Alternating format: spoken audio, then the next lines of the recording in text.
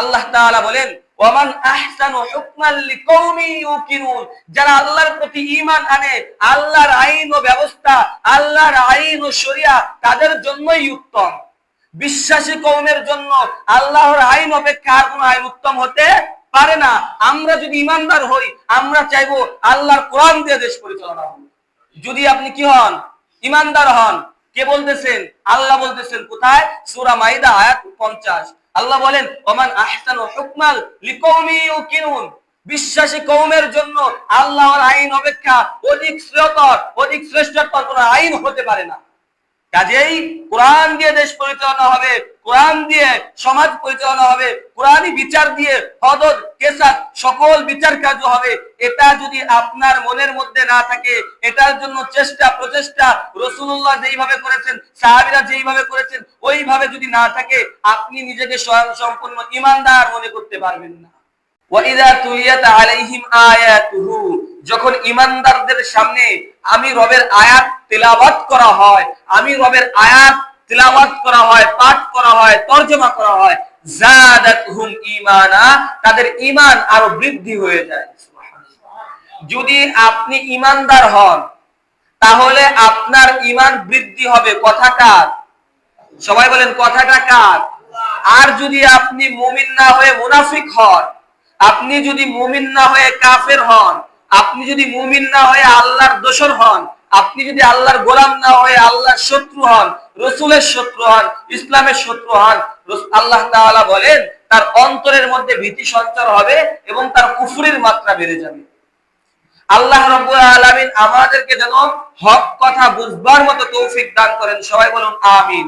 বুখারী শরীফের 916 নম্বর হাদিসের বর্ণনা, নবীজি সাল্লাল্লাহু আলাইহি ওয়াসাল্লাম বলেন লা ইউমিনু আহাদুকুম, তোমাদের কেউ ততক্ষণ পর্যন্ত মুমিন হবে না, হাত্তা ইয়াকুনা হাওয়াহু তাবাআল লিমা জিকতাবি, আরে আমি যে শরীয়ত আনছি, আমি যে দিন আনছি, এই দিন এই শরীয়ত, তার মন এই শরীয়তের অনুযায়ী যতক্ষণ না হবে ততক্ষণ পর্যন্ত সে মুমিন না। কথাটা স্পষ্ট করে বললে সুবিধা হবে। নবীজি যে শরীয়ত আনছেন, আমার একটা মন আছে, আছে না নাই?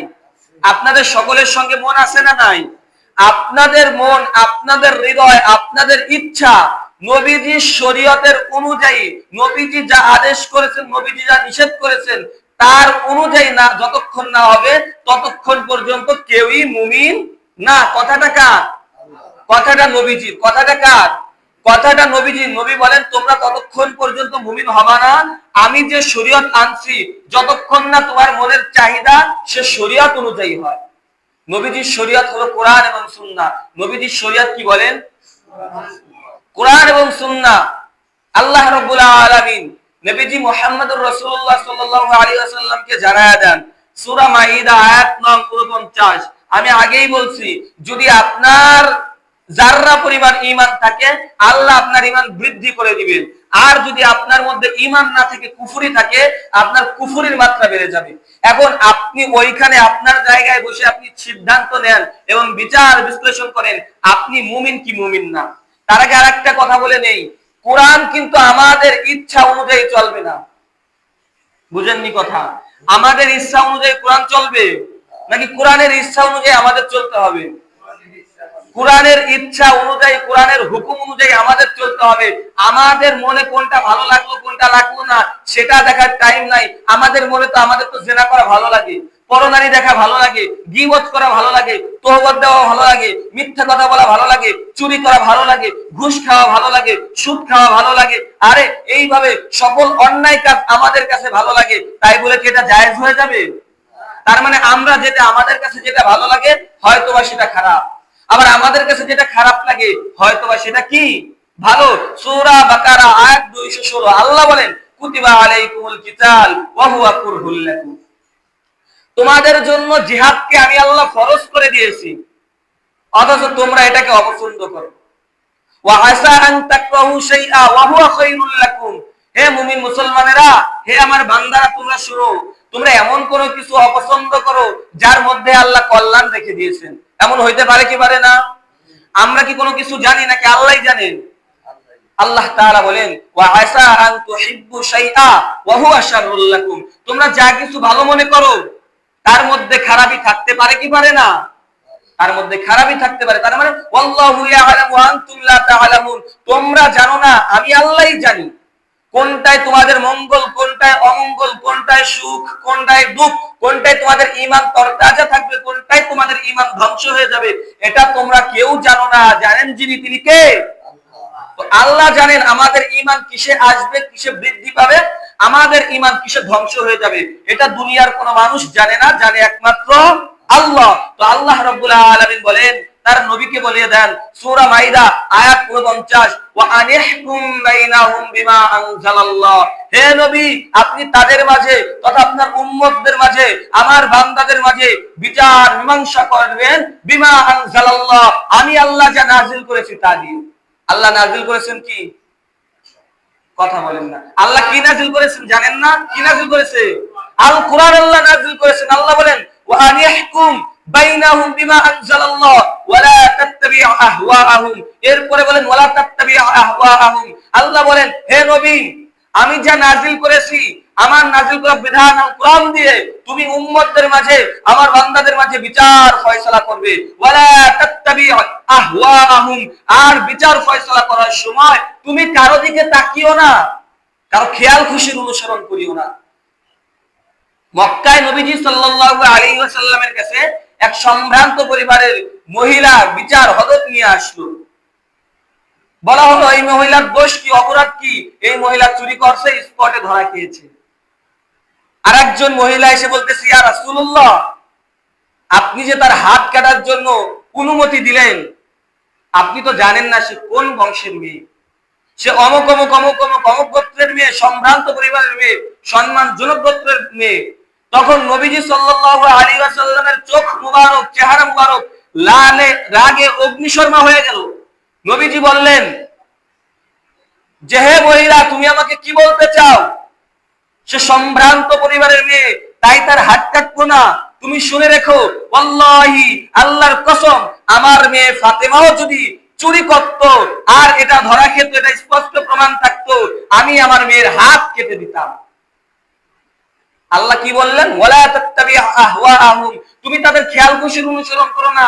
কে কোন গোত্রের ছেলে, কে কোন গোত্রের মেয়ে, তোমার ছেলে নাকি তোমার মেয়ে, তোমার মেয়ে নাকি তোমার মেয়ের জামাতাই, তোমার আপনজন না পরজন, সাহাবী ওমর নাকি উসমান, আলী নাকি আবু বকর, কোন সাহাবী এটা দেখার তোমার টাইম নাই, কোন গোত্রের সন্তান এটা দেখার তোমার টাইম নাই, সে কে, হু আর ইউ এটা তোমার দেখার কোনো টাইম নাই, তোমার চিন্তা ভাবনার কোনো টাইম নাই। আমি আল্লাহর বিধান, আমি আল্লাহর কোরআন দ্বারা বিচার ফয়সালা করতে তুমি তাদের খেয়াল খুশির অনুসরণ করো না। হুকুমটা দিয়েছেন কে? কিন্তু আমাদের দেশের যে বিচার ব্যবস্থা, গণতান্ত্রিক বিচার ব্যবস্থা, এটা কি আল্লাহর হুকুম মতে চলে? কথা বলেন, আল্লাহর হুকুম মতে চলে? চেয়ারম্যান সাহেবের ছেলে যদি একটা অন্যায় করে ওইটা অন্যায় হয় না। একজন দিনমজুরের ছেলে ছোট্ট একটু কাজ করলে ওটা বড় আকার ধারণ করে কি করে না? তাইলে কি আল্লাহর কোরআন দ্বারা বিচার ফয়সালা করা হয়েছে? আল্লাহর কোরআন দ্বারা বিচার ফয়সালা করে নাই। আল্লাহ তাআলা পরক্ষণে নবীকে বলেন ওয়াহযারহুম, আর তুমি তাদের ব্যাপারে সতর্ক থাকো, আইয়াফতিনুকা আন বা'দি মা আনজালাল্লাহু ইলাইকা, আল্লাহ তোমার প্রতি যা নাযিল করেছেন তার কিছু কিছু অংশ থেকে তারা তোমাকে যেন বিচ্যুত করতে না পারে। আল্লাহ যা নাযিল করেছেন আল্লাহর বিধান তোমাদের সামনে, তুমি যখন তাদের সামনে আল্লাহর বিধান দিয়ে বিচার ফয়সালা করবে, তারা যেন তোমাকে এটা থেকে কি করে না, গাফেল না করতে পারে, এটা থেকে যেন তোমাকে দূরে সরাইতে না পারে। আল্লাহ তাআলা বলেন ওয়াল আইয়াফতিনুকা মিন বা'দি মা আনজালাল্লাহু ইলাইক ফাইন তাওয়াল্লাউ, আর যদি তারা মুখ ফিরায়া নিয়ে চলে যায়, যদি তারা আল্লাহর কোরআন, রাসূলের হাদিস দ্বারা, রাসূলুল্লাহর শরিয়া, আল্লাহর দ্বীন কোরআন দ্বারা বিচার ফয়সালা দ্বারা মেনে না নিয়ে মুখ ফিরায়া চলে যায়, ফাআলাম আন্নামা ইউরিদুল্লাহ আই ইউসিবাহুম বিবাদি যুনুবিহিম, আল্লাহ বলেন হে নবী আপনি জেনে রাখুন, তাদেরকে বলে দেন নিশ্চয়ই আল্লাহ তাআলা তাদের পাপের কারণে তাদেরকে শাস্তি দিবেন। তাদের পাপের কারণে তাদেরকে কি শাস্তি দিবেন? তাদের পাপের কারণে তাদেরকে এই শাস্তি দিবেন, তাদের উপর এমন একজন জালেমকে নেতা বানাবেন যার জুলুমের অত্যাচার সহ্য করার ক্ষমতা তাদের থাকবে না। দেখেন বিশ্ব ইতিহাস, ফিরাউনের জামানার মানুষ ফিরাউনকে কি শাসক বানায় নাই? কেন বানাইছে? কেন ফিরাউনের জামানায় ফিরাউন কেন শাসক হয়েছে? নমরুদের জামানায় নমরুদ কেন শাসক হয়েছে? আবু জাহেলের জামানায় আবু জাহেল কেন শাসক হয়েছে? কেননা তৎকালীন সময়ের মানুষ আল্লাহর ইবাদত করত না, আল্লাহর ইবাদতে শরীক করত, আল্লাহ মানত না। আল্লাহ না মানার কারণে, আল্লাহর ইবাদত না মানার কারণে, আল্লাহর ইবাদত না করার কারণে, শরিয়া না মানার কারণে, আল্লাহর নবীদেরকে না মানার কারণে তারা আবু জাহেলকে নেতা মানছে, তারা নমরুদদেরকে নেতা মানছে, তারা ফিরাউনদেরকে নেতা মানছে। এখনো যদি আপনি আল্লাহর ইবাদত না করেন, আল্লাহর শরীয়ত মেনে না নেন, রাসূলুল্লাহর শরীয়ত মেনে না নেন, আল্লাহর কোরআন দ্বারা বিচার ফয়সালা হোক, এটা যদি আপনার মনের কামনা এবং বাসনা না থাকে, আপনার উপরও ফিরাউন চেপে বসতে পারে বা বসেছিল। আপনি যদি খারাপ হয়ে যান, আল্লাহ আপনার প্রতি জালেম সরকার নিযুক্ত করে দিবেন। সহিহ তিরমিজির হাদিস। তার মানে বোঝা যায় জনগণ যদি ভালো হয়ে যায়, আল্লাহ তাআলা ওইখানে নেককার শাসক দেন। শাসককে তোমরা বদদুয়া করিও না। নবীজি সাল্লাল্লাহু আলাইহি ওয়াসাল্লাম একটা হাদিসের মধ্যে বলেন, শাসককে তোমরা বদদুয়া করো না। কেন কেন বদদুয়া করবো না? নবীজি বললেন, তোমরা যদি ভালো থাকো, ইমানদার থাকো, তোমাদের যদি ইমান থাকে, তবে তোমাদের জন্য আল্লাহ ইমানদার শাসক নিযুক্ত করে দেন। তোমরা যদি বেঈমান হয়ে যাও, মুনাফিক হয়ে যাও, আল্লাহর কোরআন দিয়ে দেশ পরিচালনা হোক, এটা যদি তোমরা না চাও, জালেম শাসক তোমাদের উপর আল্লাহ তাআলা নির্ধারণ করে দেয়। কাজেই তোমরা শাসকদেরকে তোমরা বদদুয়া করো না। আপনি যদি আল্লাহর কোরআন দিয়ে দেশ পরিচালনা হোক এটা যদি না চান, খেলাফত কায়েম হোক এটা যদি আপনি না চান, তাহলে আপনার উপর জালেম শাসক অবশ্যই অবশ্যই নিপাতিত হবেই হবে। আল্লাহ তাআলা নবীজি সাল্লাল্লাহু আলাইহি ওয়াসাল্লামকে জানিয়ে দেন, ওয়া ইন্না কাসীরাম মিনান নাসি লাফাসিকুন, মানুষদের মধ্যে অধিকাংশ মানুষই সত্যত্যাগী ফাসিক। আল্লাহ তাআলা বলেন সূরা মাইদা আয়াত 50, আফা হুকমাল জাহিলিয়াতি ইয়াবগুন, তারা কি অন্ধকার যুগের জাহেলি আইন এবং শাসন ব্যবস্থা চায়? আপনারা কি অন্ধকার যুগের জাহেলি শাসন ব্যবস্থা চান? আপনারা কি চান এটা? আল্লাহ তাআলা বলেন, ওয়ামান আহসানু হুকমান লিকওমি ইউকিনুন, যারা আল্লাহর প্রতি ঈমান আনে, আল্লাহর আইন ও ব্যবস্থা, আল্লাহর আইন ও শরিয়া তাদের জন্যই উত্তম। বিশ্বাসী কওমের জন্য আল্লাহর আইন অপেক্ষা আর কোনো আইন উত্তম হতে পারে না। আমরা যদি ইমানদার হই, আমরা চাইবো আল্লাহর কোরআন দিয়ে দেশ পরিচালনা হোক। যদি আপনি কি হন? ইমানদার হন। কে বলতেছেন? আল্লাহ বলতেছেন। কোথায়? সূরা মাইদা আয়াত 50। আল্লাহ বলেন, ওমান আহসানু হুকমান লিকওমি ইউকিনুন, বিশ্বাসী কওমের জন্য আল্লাহর আইন অপেক্ষা অধিক শ্রেয়তর, অধিক শ্রেষ্ঠতর কোনো আইন হতে পারে না। কাজেই কোরআন দিয়ে দেশ পরিচালনা হবে, কোরআন দিয়ে সমাজ পরিচালনা হবে, কোরআনী বিচার দিয়ে হদদ কেসাত সকল বিচার কার্য হবে। এটা যদি আপনার মনের মধ্যে না থাকে, এটার জন্য চেষ্টা প্রচেষ্টা রাসূলুল্লাহ যেইভাবে করেছেন, সাহাবীরা যেইভাবে করেছেন, ওইভাবে যদি না থাকে, আপনি নিজেকে স্বয়ংসম্পূর্ণ ঈমানদার মনে করতে পারবেন না। সূরা নিসা আয়াত নং 60 আল্লাহ তাআলা বলেন, আলাম তারা ইলাল্লাযীনা ইয়াযুমুনা আন্নাহুম আমানু বিমা উনজিলা ইলাইকা মিন ক্বাবলিক ইউরিদুনা আইয়াতাহাকামু ইলাত তাগুত, তুমি কি তাদেরকে দেখো নাই যারা বলে আমরা আল্লাহর প্রতি ঈমান আনছি এবং আপনার প্রতি আল্লাহ যা নাজিল করেছেন তার প্রতিও আমরা ঈমান আনছি। আল্লাহ তাআলা বলেন, তারা মুখে বলে আমরা ঈমানদার, এটা তারা দাবি করে, বস্তুত তারা ঈমানদার নয়। ইউরিদুনা আইয়াতাহাকামু ইলাত তাগুত, তারা তাগুতের কাছে বিচার প্রার্থনা করে, তারা তাগুতের কাছে বিচার প্রার্থী হয়। তাগুতকে আল্লাহর আইনের বিরুদ্ধে আইন বানায় যে সেই তাগুত। আল্লাহর আইনের বাইরে মানব রচিত আইন দিয়ে সংবিধান চালায় যে তাকে বলা হয় তাগুত। আল্লাহর আইনের পরিবর্তে যারা নিজেরা আইন তৈরি করে তাদেরকে বলা হয় তাগুত। তো আল্লাহ তাআলা কি বললেন? ওয়াকাদ উমিরু আইয়াকফুরু বি, তাগুতকে অস্বীকার করার জন্য তাদেরকে আমি আল্লাহ নির্দেশ দিয়েছিলাম।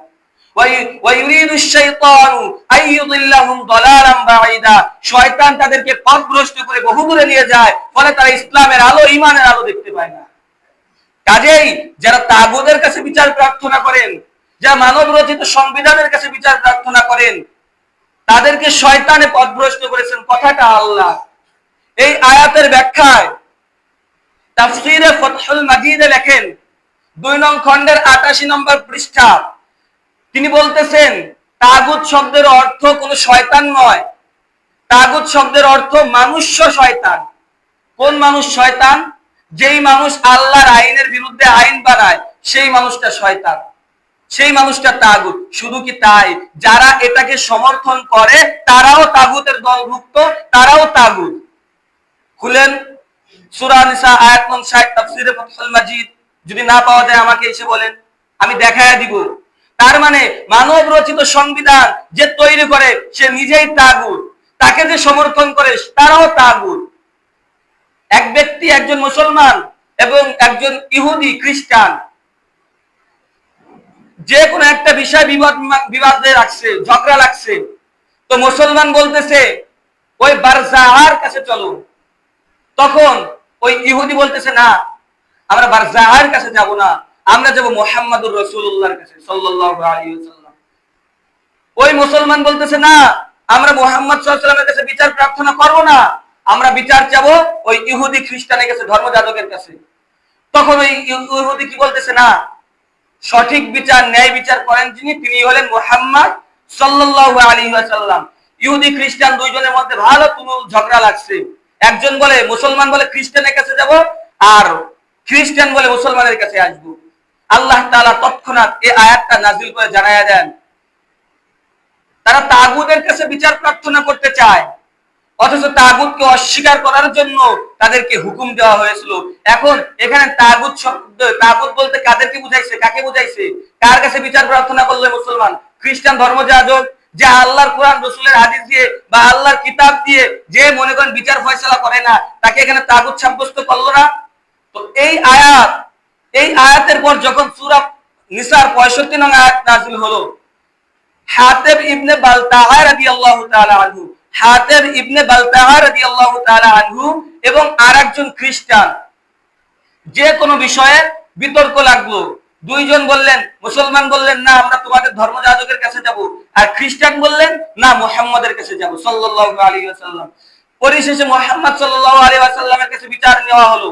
মুহাম্মদ সাল্লাল্লাহু আলাইহি ওয়াসাল্লামের দরবারে যখন বিচার উপস্থাপন হলো, তখন নবীজি সাল্লাল্লাহু আলাইহি ওয়াসাল্লাম বিচার মীমাংসা করে রায় দিলেন ইহুদির পক্ষে। যখন ইহুদির পক্ষে রায় চলে গেল, মুসলমানের মনোভূত হলো না। মুসলমান বলল আমি নামাজ পড়ি, রোজা রাখি, আমার দাড়ি 6 হাত, পাগড়ি 7 হাত, টুপি এত বড়, পাঞ্জাবি তা তো পায়ের টাকনুর নিচে থাকে, রাসূল আমার পক্ষে দিলেন না। রাসূল এটা অবিচার করছেন, অন্যায় করছেন।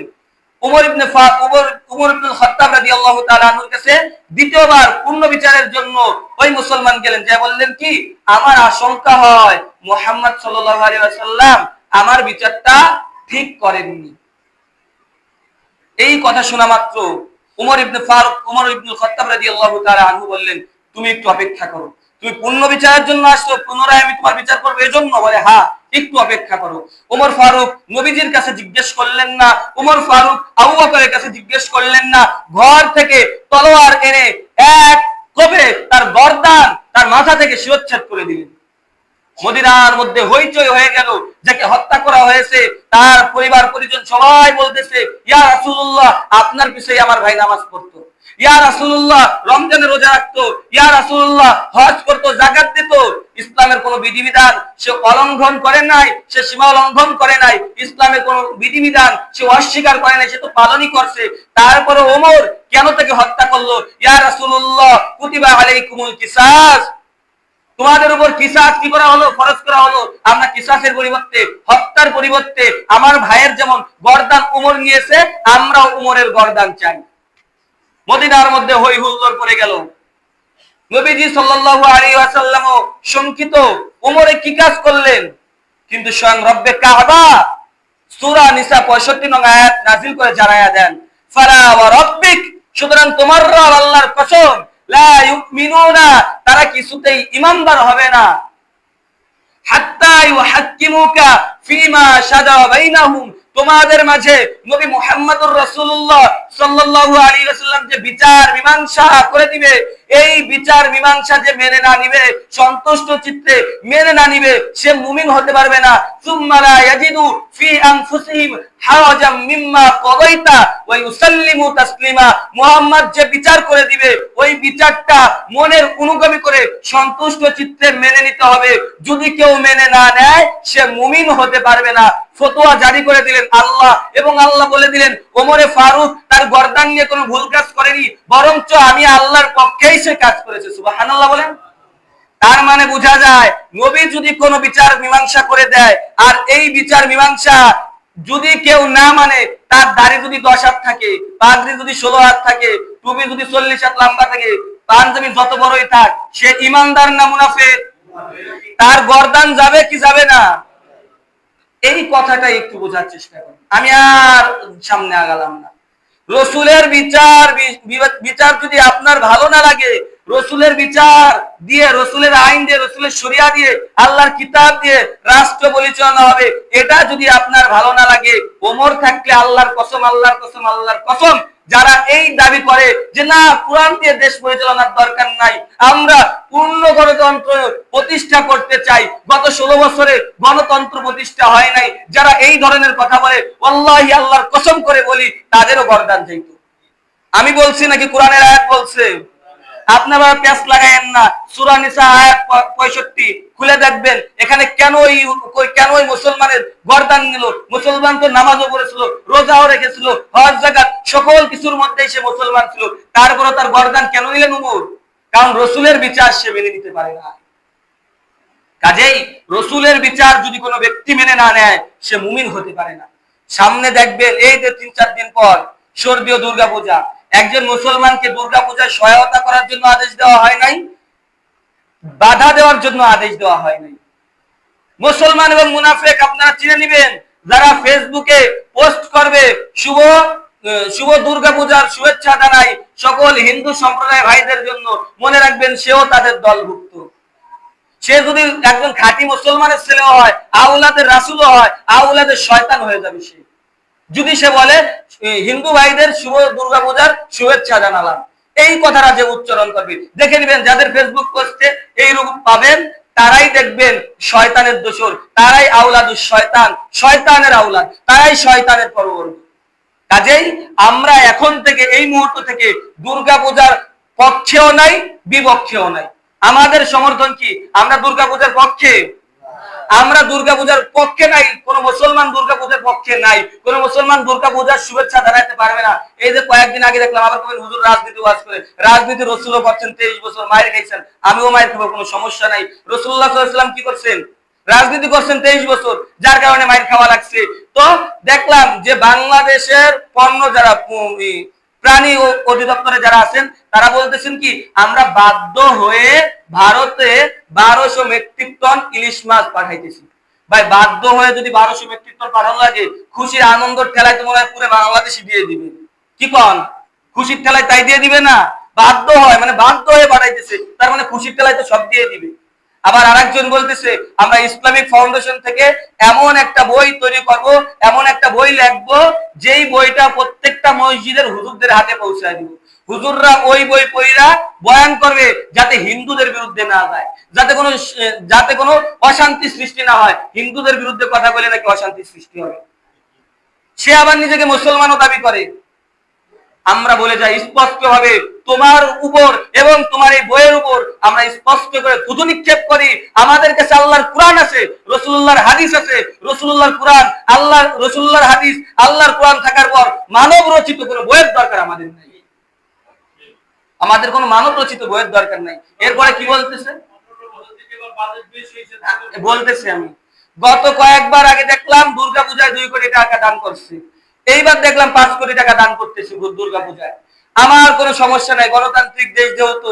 আপনারা বলতেছেন হুজুর সমস্যা কি? ঠিক আছে, সমস্যা মানলাম, সমস্যা নাই। মুসলমান এই দেশে 15 ভাগ বেশি, হিন্দুর চাইতে 15 গুণ। তো হিন্দুদের দুর্গাপূজায় যদি 5 কোটি টাকা দেওয়া হয়, তাহলে মুসলমানদের ঈদুল আজহা এবং ঈদুল ফিতর 5, 15, 75 এক এক ঈদের সময়, এক একটা উৎসবের সময়, এক একটা ঈদ, এক একটা আনন্দে, এক একটা উৎসবে 75 কোটি টাকা করে দেওয়া উচিত। কেন? কেন? কারণ কি? কারণ হিন্দু 6% হিন্দুর জন্য যদি আপনি 5 কোটি টাকা দেন, মুসলমান ভাই সে আসে নাই, মুসলমান আছে 90%, মুসলমান 90%, এই 90% মুসলমানের জন্য আপনার 75 কোটি টাকা বরাদ্দ করতেই হবে। তা না হলে গণতন্ত্রের নামে যেসব ভণ্ডামি করতেছেন, এই ভণ্ডামি জনগণের সামনে প্রকাশ হয়ে যাবে। আপনি বলতেছেন গণতান্ত্রিক রাজনীতি করি, আর হিন্দুদের পূজায় 6 কোটি টাকা দেন, মুসলমানদের ঈদের কোনো টাকা নাই, মুসলমানদের ঈদের কোনো উৎসবের কোনো সহযোগিতা নাই, তাহলে আপনি কি করে নিজেকে মুসলমান দাবি করেন? কি করে আপনি সকলের অধিকার সমানভাবে আপনি রক্ষা করলেন? কাজেই এইসব ভণ্ডামি করে লাভ নেই। আপনারা দুর্গা পূজায় দান করবেন কি করবেন না, এ বিষয়ে আলেমদের সাথে শেয়ার করে তাদের কাছ থেকে ফতোয়া নিয়ে নেবেন। আর আমরা যারা জনগণ আছি, আমাদের দাবি হলো দুর্গা পূজায় হিন্দুদের 6 কোটি দেন আর 10 কোটি দেন, আমরা এতে বাধা দেব না। কেউ বাধা দিবেন? আমরা বাধা দিব না। আপনারা 20 কোটি দেন, কোনো সমস্যা নাই। তবে মাথায় রাখবেন, বাংলাদেশে মুসলমান কিন্তু একজন হিন্দু থাকলে তার 15 গুণ বেশি মুসলমান আছে। তো হিন্দুদেরকে যদি 5 কোটি দেন, তাহলে 5 15 75, মুসলমানদের এক একটা উৎসবে এক একটা ঈদে 75 কোটি টাকা করে দান করতে হবে। এটা গণতান্ত্রিক বাংলাদেশের দাবি, এটা গণতান্ত্রিক বাংলাদেশের অধিকার। কেউ মনে করবেন না যে আমি রাজনৈতিক ওয়াজ করছি, আবার কেউ মনে করেন না যে রাজনৈতিক ওয়াজ করি নেই। আমি আল্লাহর কোরআন রসুলের হাদিস দিয়ে আপনাদের সামনে স্পষ্ট করে তুলে ধরছি। যদি কোনো ভুল ভ্রান্তি কারোর সামনে ধরা পড়ে, আমাকে বলবেন, আমি আপনাদেরকে কোরআন এবং হাদিস দেখাই দিব, যে দেখেন এই যে এই কথাটা আছে কিনা, বাস্তবতার সঙ্গে মিলাই দেব। কেউ খামাখা পিছনে কোনো গীবত করতে যায় না। আল্লাহ রাব্বুল আলামিন আমাকে এবং আপনাদের সবাইকে ইসলামিক রাষ্ট্র কায়েম করে মৃত্যু দান করুন। সবাই বলেন আমিন। ইসলামিক রাষ্ট্র কায়েম না করে আল্লাহ যেন আমাদের মৃত্যু না দেন। সবাই বলুন আমিন। নাসরুম মিনাল্লাহি ওয়া ফাতহুন করিব ওয়া বাশশিরিল মুমিনিন।